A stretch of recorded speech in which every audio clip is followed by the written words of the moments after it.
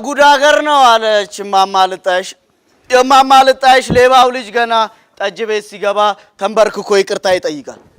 ምነካ መንፈስ ምን አጠፋ ሲባል በኋላ ለማጠፋው ቀብድ ነው። የድሩ ባለስልጣኖች እስከ መቼ ድረስ ነው የይቅርታ ቀብድ የሚሰጡት? የጉድ ሀገር ነው አለ ሰውየው ቢጨንቀው ነው። ባል በሁለት ነገሮች ይቸገራል። አጥር እየጣሰ ጅብ ከብት ይበላበታል።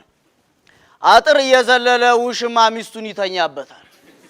በዚህ የተጨነቀው ባል ወደ ሰፈሩ አንጋፋ አዛውንቶች ጋር ሄደው አረ እንደዚህ አይነት ችግር ገጥሞኛል ምን ማድረግ አለብኝ ሲል በአጥሩ አጠገብ ጉድጓድ ቆፍርና ሰንበሌጥ ሸፍኑ አሉት። ባልም ታዛዥ ነው እንደተባለው ያደርጋል።